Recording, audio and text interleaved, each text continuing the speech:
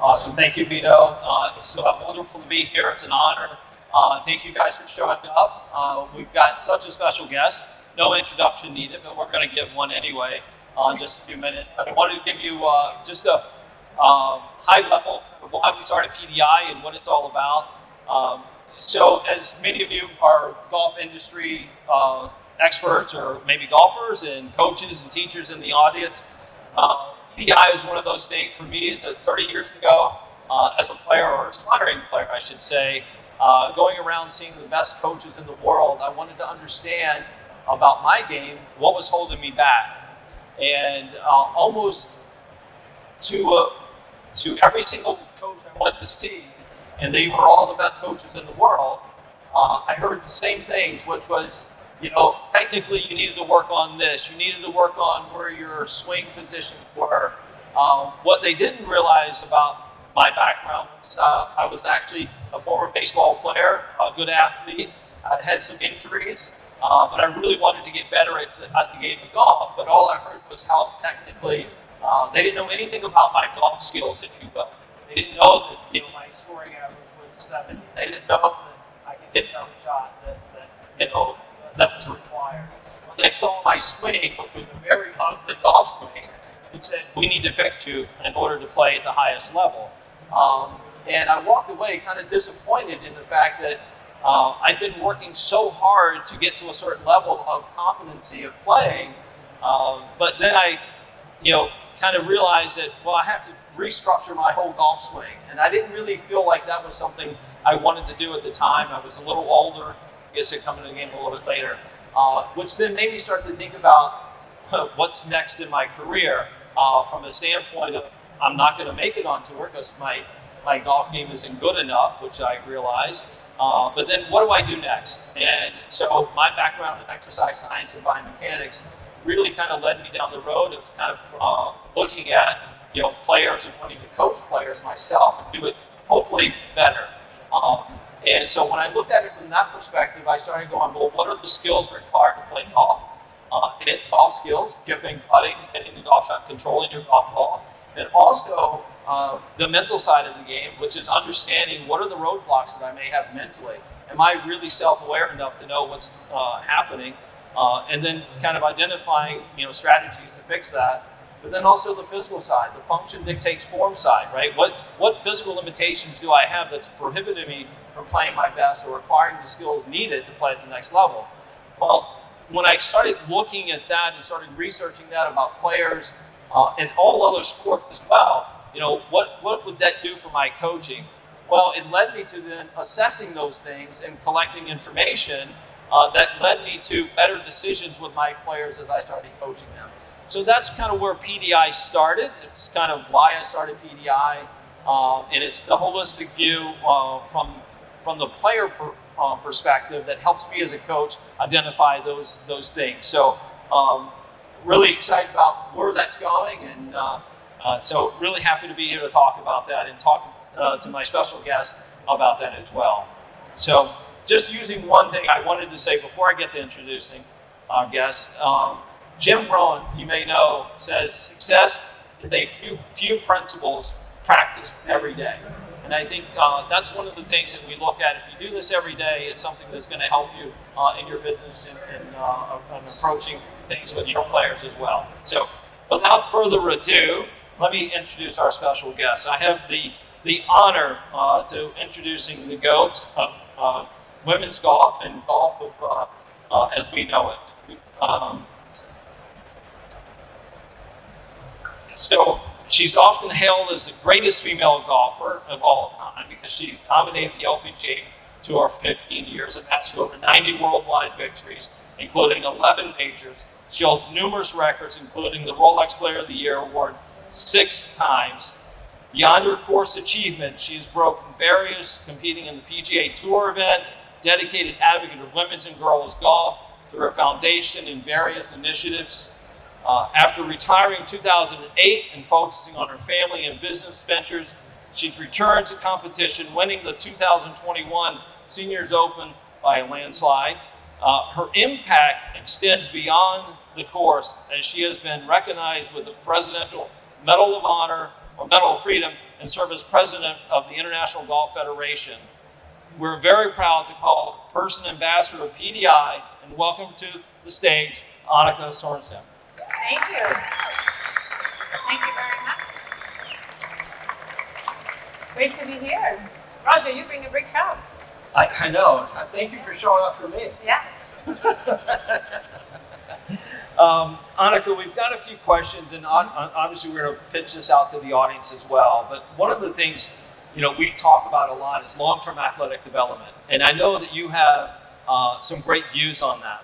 So I'd like to understand from your standpoint and your longevity in the game, how do you view long-term athletic development? Well, first of all, thank you very much for being here, and thank you to everybody for coming. Quite a show this year. Obviously, being into the sport, I've always had a long-term view. I've always set up short-term goals, long-term goals, and wanting to be in the sport for a long time. And I think a lot of people are looking for success right away, like quick results. And I've been lucky to, have parents that have taught me, hard work takes time, and there's no shortcuts to success. And the reason why, we partner is because I was just thinking about your introduction. I don't necessarily have the background that you do in all this science, but I've always been a number-driven person. My dad worked for IBM for many, many years, and one of the first things that I did is I started to track my scores in the computers. As a matter of fact, my dad sent me to computer camps in the summer with all my friends were at golf camps, and I was sitting inside and writing programs. And as you could probably tell, it wasn't really exciting for me. I would rather be outside. But what I did is I created a software program that I started to track my own scores, which was very, very basic at the time. Fairways and greens and putts and up and down. So I think we really have that in common. But to me, is really important to have. If you're teaching somebody or you're playing yourself or you're involved in a young person's development, is to really have a strategy, have a plan, and have a journey, knowing what to do. And you just can't change it all at once. Whether you talk about, the technical aspect, we can go into that all day long, whether it's putting and chipping a bunker and driving, or whether it's the mental aspect, as you said, or maybe it's course management or the physical aspect. There's so many aspects, so I think you need to just kind of dissect it piece by piece and just think long term and go from there. I think, why would you do that? Well, first of all, I think you have better return of success when you have a strategy like that way. Also, as far as a golfer, keeping the excitement going, and also in case there's some injuries, you just can't change right away. So I think there's a lot of reason why you need to think of a long-term perspective rather than short-term. And it's pretty simple. I think we all do that in life too. It's just you go to college for a few years. You don't just get a degree the first week. So I think it's the same thing in golf, and how we should approach teaching, and how we should teach the next generation of working. That's a great answer. So as you talk about that, and I couldn't help but kind of think of the assessment part of this, and as you were assessing your stats and you're going through that and saying, okay, well, we call those lag factors, right? And then you're actually really trying to find out what are the lead factors leading to improving those stats, right? So that comprehensive assessment for yourself started very young. So I want to ask, in your experience, how crucial is the mental aspect of golf, and how can comprehensive assessment help golfers understand maybe those roadblocks in the way of getting those lead factors? Yeah, well, that's a tough one. Yeah, thank you.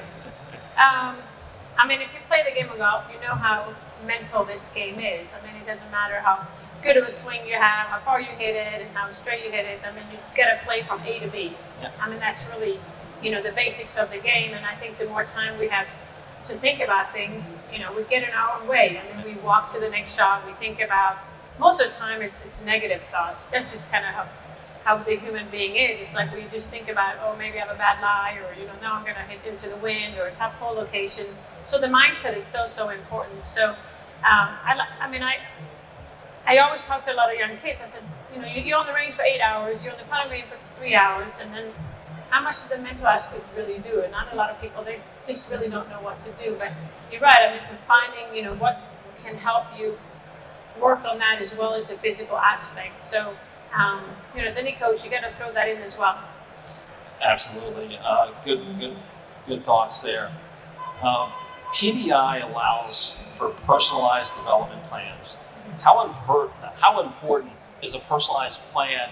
And I know we hear all the time how coaches or players go to coaches and they get a plan, but sometimes it's just designed around general information, right? How important do you feel like the personalization is? Oh, well, I mean, it's super important. I mean, just look in this room. Everybody's very different. You come from different places, different ages, different gender, different skill, different strength. I mean, we do club fitting. That seems like a very natural thing. So why shouldn't we do like a personal fitting? And I think when you start out, of course, there's some fundamentals, right? Everybody know what those are. And that's just kind of introduction to the game. But if you want to get to the next level, you got to dig deep. You got to analyze the person. And most of all, it's like, what do these golfers want? I mean, what are your goals? What are you looking for? What do you consider success? And then I think if you have a good coach, first of all, you got to listen. The communication needs to be there, and then talk it through. And I mean, there's no such thing as one little pill for success. And some players, as you know, you got to work on maybe more technique. Some players got to work more of a more feel, like having that balance. Some players need a lot of help with course management. We mentioned the mental equipment. There's so many pieces that go into it, and I think that's what makes it exciting. Is it's just not one piece. You got to have them all, and they got to fit together. And when you're starting out, if you're 12 years old, then then you practice a certain way, and this is important then. And when you get to 16, then there's other things you got to factor in, and then you're 30 years old, and now it's maybe adjust some of your goals and the way you train. And I can tell you, when you're 54, there's a lot of things you got to change. The way you work out and the way that you're swinging, and I have to deal a lot with the mental aspect, just accepting that the ball doesn't go as far, it doesn't go as high, it doesn't go as straight. I mean, all those things I got to factor in. So I think as far as what you mentioned is there different goals, different strategy at different times of your life, and I think good coaches can really learn how to adapt that. And but most of all, the communication between who you're working with. And sometimes I feel like it's just, this is the way you got to go about it. And I've never been a fan of that. I mean, I remember being thrown into the game and a lot of expectations, and it was like, you're going to be like this, you're going to be like that. Well, I am not, 6 foot tall, and, I'm not, they try to put you in different categories. I think the importance is here that you can help a player become, reach their full potential. And I think in the end of the day, that's more successful than anything. Yeah, I think one of the things we hear a lot is that you mentioned it about it's a two-way street really for the coach and the player, because I think the accountability there is on both. I mean, we talk about the two sides of the coin, the goals of the player, the goals of the coach, and do they align? And one of the things I know for a lot of players trying to find a coach, that's a really hard thing to do. Tell us a little bit about your experience when you first came out. Obviously, you had success in college, you had success as a junior, but you came to the U.S. and you wanted to obviously you had goals to be the best player, right? The best that you could be, whatever that meant. How did you find your coach? How did you kind of make sure that they understood your goals as well as you understood their goals as a coach? Because that's really tough sometimes. Oh, it is. I'm trying to think. I can't really find my coach here. I'm looking around. He came with me in the door, but I think I've lost him. But Henry Rice is my coach for all these years. We met through amateur golf in Sweden. And what I liked about him early on is he just had a very simple approach to the golf swing. I would say I'm not very technical. But, he would listen to me, and he would find my strength. He would find my weaknesses, and he would help me work on those. And then we'd put out a plan. And yeah, you can imagine when I told him I wanted to be the best in the world, he's looking at this, 16, 18-year-old from Sweden like, well, it's good to have goals, right? And I said, well, I'm not shy of setting goals. So we start working, and of course, playing in college made it a little difficult because I was thousands of miles away from him. And the technology at, in the beginning of 90s, we did not have what we have today. I mean, it's literally, I remember the Swedish national team, they bought one big video camera, and it was about as wide as this chair. Felt like I was in a production company, and they would ship it to each Swedish player at different universities. So I was on a rotation, and so we would get this camera about, twice in a season. So when I got the camera, I had to have somebody film it, and then we send these VH1 tapes, right? was send it all the way to Sweden. And by the time that he got there, I probably hit 1,000,000 golf balls. So my swing looked very different when he got it. And then he had to call me. And then it was not practical. But what that did is I had to kind of figure out a lot on my own, because, Henry would only come over a few times a year. So it was like I learned more about my swing and how I wanted to hit it and just analyze it more. I took more responsibility because we just didn't really have, the resources at the time. But I think, so that was one thing. And then the communication, again, we talked about it, and he would guide me. Let's say I wanted to hit, when I was a junior, I hit it low and I hooked it. I had a very classic golf swing, and he told me if you want to have a career in this, you need to hit the ball a little higher. You need to transfer the weight more to the left side. So he would share with me his thoughts how to get there, and then it was up to me to, either adapt it and understand it. So that was communication there, and I think that was really important. And of course, down the road, technology got a little easier, and we talked about that. And then of course the swing has changed. I mean, the way I was swinging then is not the way we swing today. And but it's been a great journey together. But I really feel like I have his support. I always had his support, and he created a swing that worked for me. I think if you've seen my golf swing, one thing that comes to mind is I lift my head up. I think everybody says you lift your head up, but I like to say I'm rotating my head rather. But there's only a few players that do that, and the reason why I did that was, of course, to transfer the weight. What's important is a swing that you can repeat under pressure, and I always felt like the less moving parts, the better. But again, I mean, you got to tailor every swing to different players. I mean, there's a lot of players out there that are very technical. They love to work on their backswing, and they love to work on impact. I mean, everything. And I was more like I just want to hit it over there and just enjoy it rather than be, work on every aspect of the game. So yeah, but it's a really important relationship, and I'm sure if he was here, he would share that we've had a good time. I mean, there's been some up and downs, of course, like anything. Because when a player is not playing well, I mean, the first thing we do is you call your coach and you complain to him or her. It's like, what are you doing? You got to help me. So yeah, it's good to have kind of a scapegoat like that. Yeah, it sounds as though you set the expectations really clearly with your coach, and obviously he's trying to understand those expectations and why they are what they are. But it also sounds like you've built a relationship with the coach that says, here's the things you need to do, Annika, and I'm holding you accountable to doing those. And you clearly, obviously, exhibited that you can stick with it and you had discipline to do it. I think one of the things today, you see a lot of young players who are just looking for an answer versus looking for a process or a systematic way to kind of bring them back to where they really are. And I think you've said it multiple times already, which is we evolve as people. Who we are at 16 is not who we are at 18 and who we are at 24. So I think one of the real tough things for a lot of young players today, there's so much information out there. There's so many things that they can turn to get a tip or something. Next week I want to add 25 yards. I can go to Instagram and find many lessons there, right?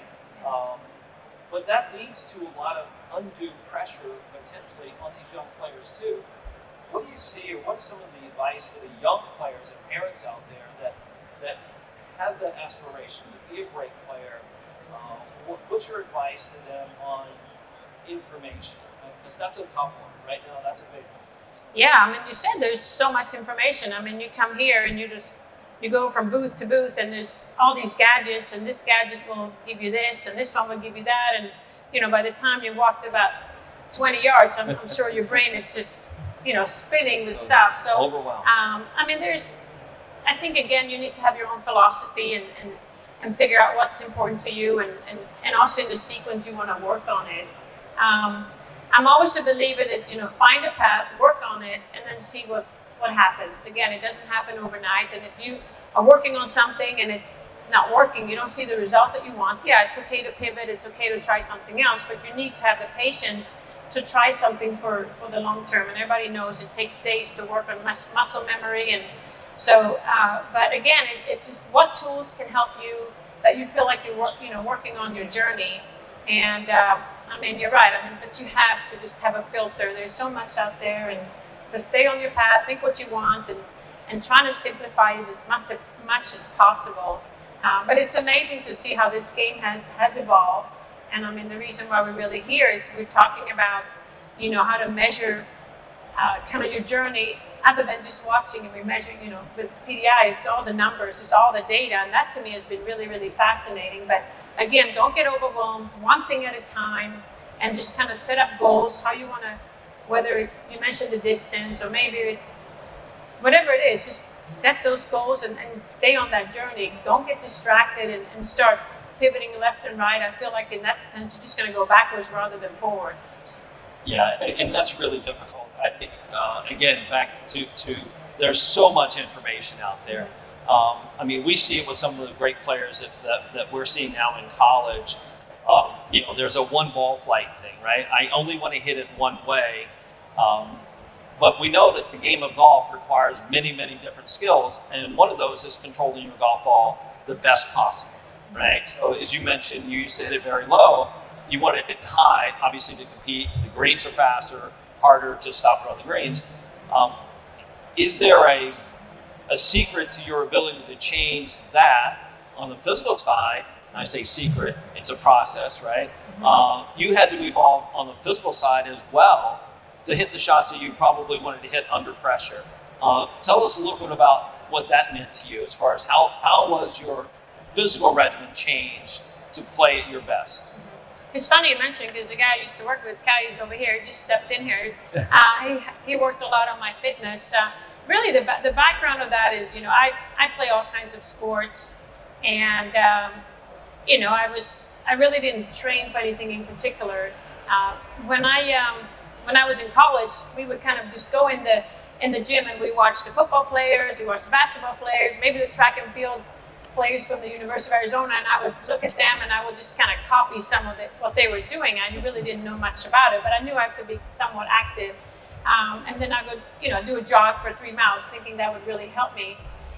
But then it wasn't until towards the end of 1990 where I wasn't number one in the world anymore, and I was a little bit upset about that, and I knew I could get back on that at the top, and I said, I just need to start training like a real athlete, and that's when I started to seek some help and get some guidance, and how can I, get some speed in the club head, how can I, increase my ball speed and just get stronger and be more consistent with my longer irons. So that's when I really started digging deep into that, and again, this is 25 years ago or so. And I mean, things have changed since then, of course. Yeah, now who's counting? But that was like really a big turning point for me. So let's say my day would consist of 8 hours of working on my game. I now decided to do, okay, let's do 6 hours and then let's do 2 hours in the gym. And so, I mean, it was a slow process, but, as a woman, I wanted a little bit more upper body strength. So, basic curls and, working a lot on my back and, core obviously, and some legs, but I was decently strong from playing soccer and tennis, but just build some strength and then be able to just, again, get some speed in all of this and create some power. And so that evolved for me. And I mean, nowadays it's the most common thing. You go to a tour event and you see them all working out prior to the round, you see them all working out after the round, but it's just become more of a natural thing because, when you're at the very top, you can't leave anything to chance. You have to be the very best at everything, and that was really my goal. I said, if I'm going to be the best player out here, I think it would help if I was the best player in every category, which I know is, mathematically impossible, but I thought if I can be the longest out there, if I can hit the ball the straightest, if I had hit most greens and have the fewest putts, sounds like a pretty good, situation. So I really worked on every category, trying to be as strong as I could and,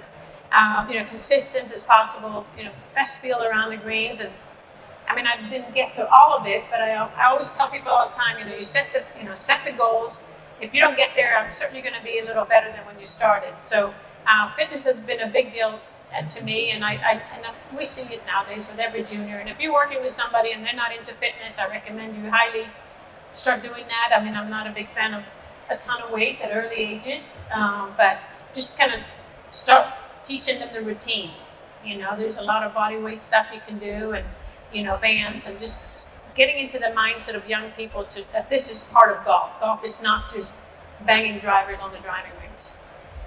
I think she's done pretty well, right? In all those categories. So, Annika, yeah, that's worthy.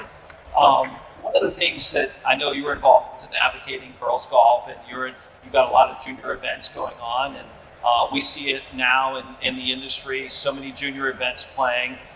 I think one of the things that resonated, actually, as you were just talking, to me was about how juniors prepare in that development. And I think one of the things we have in our industry right now is that we're offering a lot of opportunities to play golf. And we see some incredible young athletes today. But the emphasis doesn't necessarily seem to be much on the development of the whole person. But there's a lot of emphasis on tournament play, tournament results. What do you think would be some good advice for parents in that category? Yeah, I think you bring up a very good point. I mean, it goes back to, you mentioned the holistic approach, and keep in mind we're human beings that play golf and not golfers trying to be humans. So you have to find balance in life. And yes, we work through the Annika Foundation. We have over 1,000 young girls that come through our initiative. So we meet a lot of young girls around the world. And I mean, what I love about it is they have so much. They're so enthusiastic about the game. They're passionate about the game. They love the sport. They want to get better. And all of those are wonderful things. And then it's just finding that balance and not just being focused on, just results. And, we just had our Annika Invitational here around the corner at Heathrow. And one of the questions when we did a Q&A is this young lady said, I'm just, when people, see if I phrase it right. I think in the end, she wanted to say that, people judge me on my score. Literally, you're so defined on what you shoot, right? So if you shoot a 78, it's a bad day and I'm a bad person. If you shoot 69, it's a great day and I'm a great person.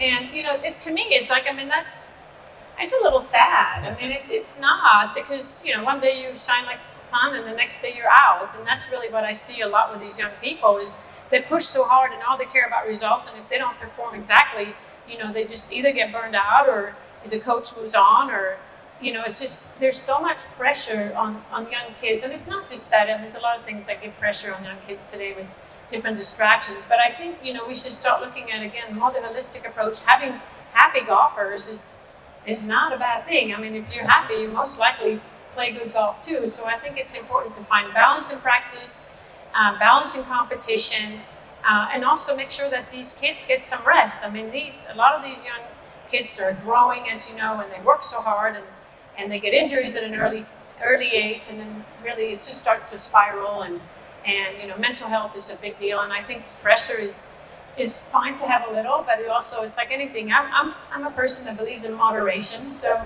I think you got to read each person what they need. If it's too much, then stop. If you don't have enough, then push a little bit. But yeah, it's really crucial. If we're going to continue to grow the sport and we want people to play forever, we have to find that happy medium where these young kids are not just constantly under pressure, constantly performing, showing numbers and rankings, and the list goes on, or money and all that. It gets very overwhelming for young people. They're still developing, and I think it's important to have a little bit of a traditional route in addition with all the information and the resources we have. So that's my personal take on it, and there you have it. It's a very good take, and we see it, those who are in the industry, we see it all the time, the pressure of kids trying to get a college scholarship today. And I would say that is a pressure, right? But it's also a pressure to show up in the classroom, show up in life, and show up with their parents, and do other things in their lives. And that is, it's a tough thing for a lot of these young people today. And I think you guys, with your foundation, you've been spreading the word on how to grow that and how to look at it from a holistic standpoint. So kudos there. And I think that is something we all need to do better. Right? So juniors too, and maybe they have some friends that play really well, and you turn on the TV and you see the superstars, and they want to be like that, and they, there's a lot of driven juniors, and it's just a fine line of finding that balance where, performance is important, but also, your well-being. And another thing to kind of throw in there, I'm not really sure what your next question will be, but one thing I always think about is the accountability from a young person. Mm-hmm. A lot of times nowadays you see them just hit balls and all they look at is technology. They don't really look at the ball flight. I mean, I'm old-fashioned, but I look at a shot and I would, either I like the height or I like the way it's curving or whatever. Nowadays it's just so much numbers. I mean, the game has changed so much. I mean, instead of looking where the ball is going, they're looking backwards and they look at one of these devices and it's like ball speed. I mean, all the things, spin rate, all the things. And I'm like, I love those tools, but it doesn't have to be 100%. Right. You know, because when you're playing in a tournament, you have to hit the shot from A to B, and so I think you need to find a balance there of them understanding why, you know, why this, you know, you're spinning it or you're hooking it, or why high and low. I think a lot of players today are really just very limited as far as understanding why. Mm-hmm. They see the numbers and then they turn to the coach and, okay, well, that was too low. What do I need to do? Or, you know what I'm talking about. We see it all the time, and I think as a player, that's one of the things to evolve, is to understand that and not just be so number driven. Yeah, well, that's a big thing that we talk about a lot, right? Is the accountability of the player, understanding what's going on, and then so one of the things we do on the mental side of things, obviously, go through an assessment, because having that awareness or having the abilities, those mental skills, to understand that it's not just a golf technical thing that's happening. It may be just that you're resistant to change, or you're resistant to I don't want this to happen because I'm afraid the ball is going to go here and I'm going to hit it out of bounds and my score is going to be ruined, and no college coach is ever going to recruit me, right? So so it is a lot of that, and I think one of the things with Dr. B, who works with a clinical psychologist, I mean, he talks a lot about developing those mental skills with young people, right? Because I think there's so much assumption that they might be good golfers and they're good people, but do they have the mental skill development, just like any other skill development happening? Did you grow up with kind of learning those and developing those mental skills, kind of awareness, body awareness, kind of, you know, emotional regulation, things like that, or did you learn that through all the other sports that you played? I think a combination. I mean, I certainly didn't have it from the very beginning. A lot of things I have today, I worked hard at and trained, and but I mean, I think when you start as a junior, you really don't think about those things, right? It's just you go out there and you play, you have fun, and then it gets a little more serious, and then you throw in lessons, and then you throw in course management, and so I think it's just a gradual change into it, and how you as a person grow with your journey.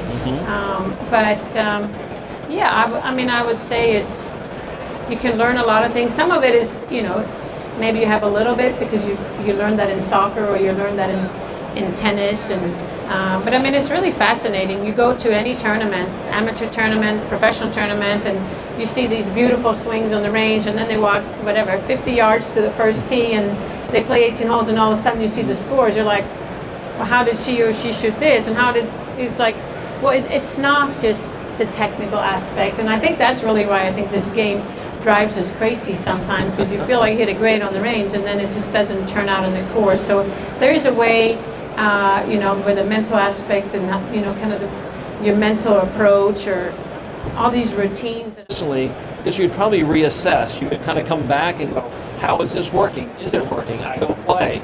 I see these things happening. I feel these things happening. But that insight is really critical. What you're saying is the continuation of development. And so PDI is that tool for us that allows a player very quickly, very easily, not to get into data necessarily, but to really look at the raw skills. Can I putt? Can I chip? Can I control my golf ball? And I'm physically able to do that, right? And that's really important because, you know, we tend to work on tendencies, but may not work on the lead factors that lead to those tendencies to improve. So we appreciate, you know, you and kind of coming along on our journey and learning more about that and learning from you. If you could you maybe explain the benefit that you've gone through PDI? What did you feel when you were taking the assessment, you know, for the first time, and kind of give us some insight on that? Yeah, absolutely. I mean, I would say I wish I had this technology, this research of PDI when I was growing up. I think it would have been a lot more, you know, more black and white. I mean, we didn't really have the way that you measure it today. We didn't have it. It was very broad at that time. The first few times I did PDI, I realized I have a lot to work on. I mean, I know I'm a different, you know, today my golf is important, but it's not my life anymore, and I have other things. So I realized there's certain things I gotta, you know, work on. I mean, a lot of it was flexibility, speed. I think we did a jumping thing, and I mean, I really had no there was no spring in my legs, let's put it that way. So I realized the explosiveness is something that maybe I should work on more today. It's all relative. Yeah, but it was good because I put my baseline. That was my baseline. And my baseline, I would have hoped, was different in my 20s and 30s than it is in my 50s. But now I have a baseline for a 50-year-old for me, and so it's something to work on. And as you can imagine, I'm quite competitive, so I want to improve my baseline all the time. But just the way, like you meant, we talked about that, and I think it helped me on my journey, because it's like anything. When I talk to young ladies, I said, well, you got to set some goals, and the first thing that a lot of players do, they set them so high, which I love. But if you don't have any goals in between, or like with PGA you have measurements and steps, that very top goal seems almost unattainable. So we were able to set some small goals, and then eventually I would get to a little closer, eventually you get there, and it just doesn't feel like it's such a long road to go. So I think just in general, when you work with a junior, many of them don't have the patience. They're ready for results right away. So if you can just do small little steps, which we have done with me and my fitness steps there. So that was just really helpful for me. And then communicate with your junior why this is important. Why do you need to, whether it's the flexibility or whether it's, like we said, just be able to have some explosiveness, explain why, and then a lot of times, it will click and they will want to do it. By the way, she has improved each time, so that's been good. So congrats on that. Well, I think for us, thank you so much. Yeah. We have some questions from the audience, so we're going to open it up now for a couple minutes of questions. So, any questions? It looks like everybody's gotten all the answers. I don't know. That's good. When did it all click for you? Like, what was the changing point where you went from your amateur status to professional? Where in that middle did it all click for you to where you are at now? Oh, it's not just one day. Like I wake up and boom, here I am. I mean, this is a journey. Let me tell you. I mean, I started playing golf when I was 12, and I'm still learning things today. And it's a learning process. I mean, as far as the feeling good about the golf course and having success on the golf course. I mean, they were, obviously my professional career, I felt like I got better and better and better. But I learned from my mistakes. I learned just to navigate it out there and what needed to be done. So I wish I could say it was just that one moment, and then it was been sunny and calm since then. But it never is. I mean, it's just. Whether you play junior tournaments and then you feel good about that, then you realize, well, there are some bigger junior tournaments to play, and then you realize there's college tournaments to play. And so there's always this next level, and I think that's what kind of got me excited is, you got to continue to work. If you want to get to the next level, it really never ends unless you have had enough of the sport. But I'm quite driven. I always want to get better. I always want to push myself. I always want to reach my full potential. So I needed that something in front of me to work extra to get there, whether it was just lowering the score or just getting stronger or mentally more solid, whatever it was. It's just I can't really pinpoint something, but of course, I mean, a win will give me confidence that would take on to the next tournament. Any other questions? What's your conversation look like when Will comes off the course and he's like really mad, he's frustrated? What's that conversation like? Give us an example. So Will is our son. He loves to play golf, and I practice and play quite a lot with him. And I mean, I've learned that. I mean, I have two roles. I would say the biggest role is being a mom. So, and there's maybe a little bit of being a professional in there, but he's got his own coach nowadays, and it works much better. To me, I'm focusing a lot on the big picture. It's about having fun and represent you well and respect the sport. And so, if he's having a bad round, I mean, I think it's important to, not take it out on the course or the equipment or people around you. This is a sport where we behave. So I think, that's one of the things. If I see something that I don't like, I would approach it. But there's always a timing, like when is a good time to say it? If we play at a tournament and we're driving home, the last thing I want Will is to feel like the dreaded car ride home because he's trapped with me, right? I don't want him to feel like he's trapped with me and I'm going to just throw stuff at him. So there's always a fine line, but I mean, we always ask 3 questions: is how was today? What can what was good and what can you do better? And then I just kind of let it be an open conversation. A lot of times I don't get an answer, but I know he heard the questions, and it's for him to kind of process, to take the good out of it, and also what can he do better for next time. So, but it's a fine line when you're the parent, and because I mean, the last thing I want him to, I want him to share his successes and his failure when it comes, as a parent. I want him to feel like he can do that without being scolded or being, so we like to feel, I want him to feel comfortable within our, family zone, so to speak. But, when he's ready, when he wants to know something, when he's ready, he'll ask the question. I've learned that now. So if he doesn't ask it, I'm not going to throw it out there because I know the timing. He's not receptive to it either. You should ask me in a few years to see if it worked. Well, I want to know how many pull-ups can you do. Not many, Kai. Now, I tried the other day and I had to have a little assistance, but I still try. Awesome. Excluding the money aspect, how did you determine the set of clubs that you use? And with all the changes in shafts over the 10, 15 years, how do you go about testing what is the right shaft that you use? How do you determine? So, to get your set of clubs. Yeah. I'm going to admit that when it comes to equipment, I'm not an expert by any means. I rely a lot on my Callaway team. I've been with Callaway since 1992.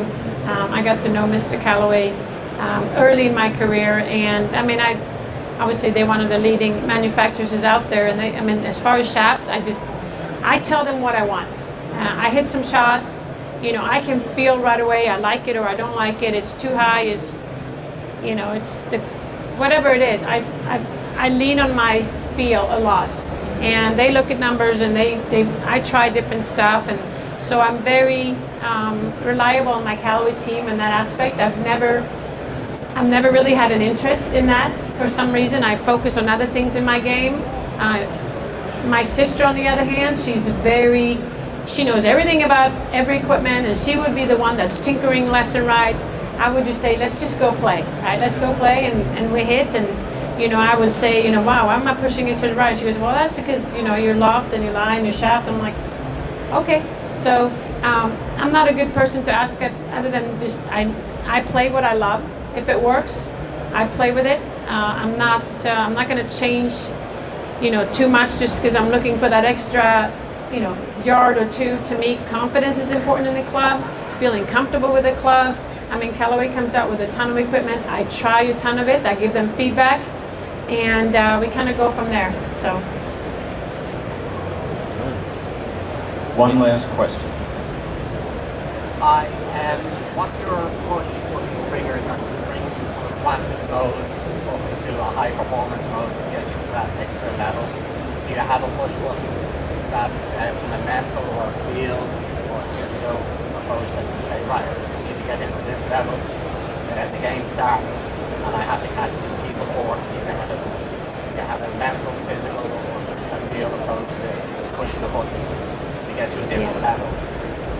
I don't know if I have routines. I'm trying to think. I don't necessarily have a button, but once I step inside the ropes, it's just, you turn into this competitor. It's the adrenaline, the excitement, and then when it's time to hit, I get in my little bubble and my routine, and I go about the process. And it's the trigger of, physically, the trigger was, the Velcro on my glove. That was more just, for me to hit within those, 24 seconds.